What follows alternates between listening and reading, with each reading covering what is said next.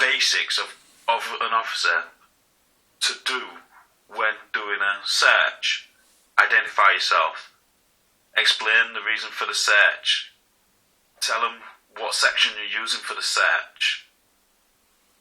Tell them what you're expecting to find. The absolute basics. And yet he can only do one of them. Absolute numpty. That's because he's got too much power running to his head. So now, those there, personally, that there alone would be enough just to sue him for failure. Just a failure to identify unlawful search because it didn't tell him what section he's using for the search. Absolute numpty.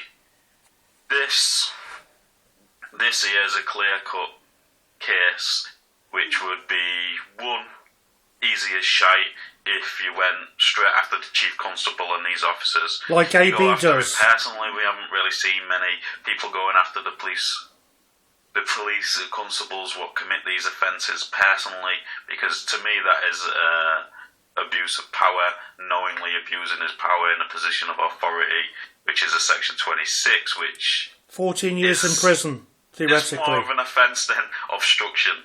So malfeasance. If people started suing the malfeasance in a public individual office, officers and taking them for everything they get, and then taking them to the cleaners with the bailiffs going around and taking all their assets and that when they don't pay the fines, watch how quick this type of behaviour will stop.